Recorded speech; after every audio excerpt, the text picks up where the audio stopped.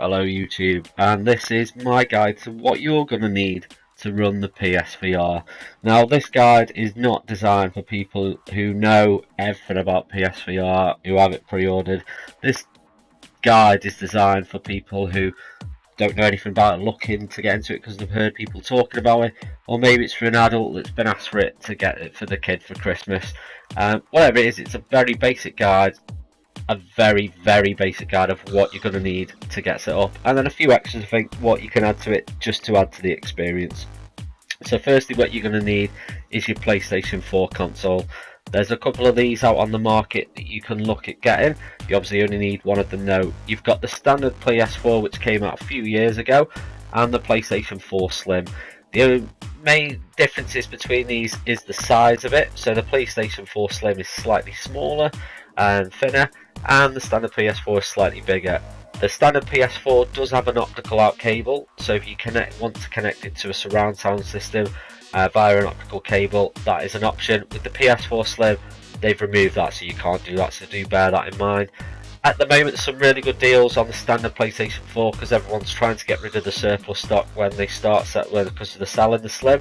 So, in my opinion, save yourself the money and get the standard one.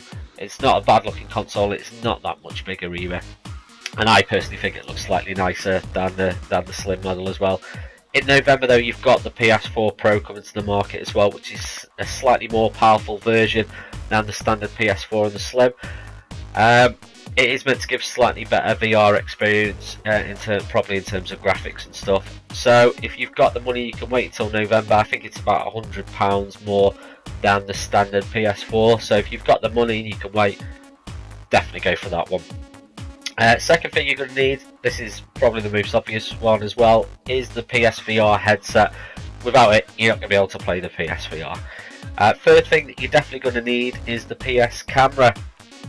Now there's two, again like the PlayStation base unit, there's two models on the market at the moment. There's a standard version which came out when the PlayStation 4 was originally sold, and they've just released the new updated version.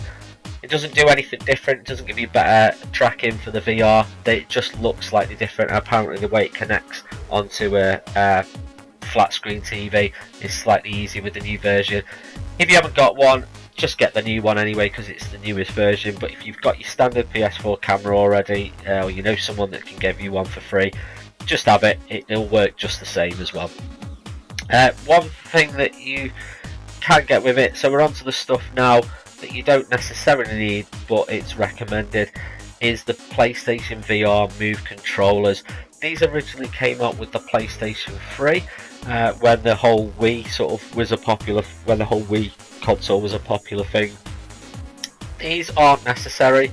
They will work better with some games, but apparently every game will be usable with the DualShock 4 controller.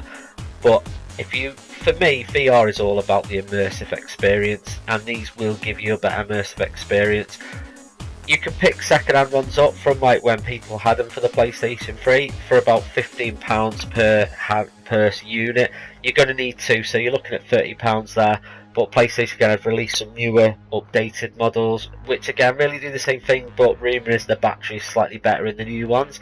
But you're looking at £70 to £75 in the UK for the new ones, so it is double the price.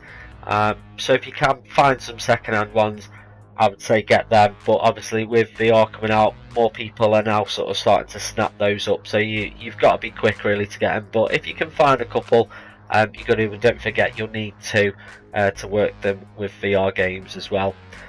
One other thing that I'd recommend sort of maybe looking at upgrading is headphones. Now with the PSVR, you do get a couple of stereo in-ear headphones in the unit as well, so it's nice that they're providing you with them. But I would personally recommend like the DJ style over-the-ear headphones. Now there's plenty of them on the market to choose from to suit your taste or your budget as well. Sony do have their own, they're called Sony PlayStation 2.0. Let's just have a look. Yeah, wireless stereo headset 2.0. The good thing about these, they're 7.1 surround sound. Now add that to the PlayStation VR's built-in 3D surround sound system that it can output into as well. you're going to get a very immersive experience from that. But there's a couple of 7.1 headsets out there as well, the Sony ones being on the cheaper side of them as well, but they're really good performance. I can recommend them.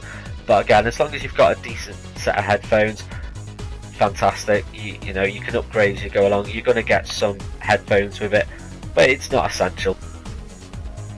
So just to recap then, what you are definitely going to need to get your VR experience up and running, you're going to need your base console, you're going to need your VR headset, and you're going to need your PlayStation camera. Things that you don't necessarily need but will help improve are the Move controllers and a decent set of headphones. There's also plenty of other things that you can think about getting and upgrading to improve the VR experience, for example steering wheels, racing rigs. It depends on what sort of gaming genre you're looking at going on as well. There's more stuff coming out in the future, like guns and stuff like that, but all that's still to come. VR is just starting, and again, it's what you want out of VR to put into it to get the most out of the experience. As always, if you're new to the channel, think of subscribing, give us a like, and if you've got any questions or comments, pop them down below. Thanks a lot guys, catch you soon.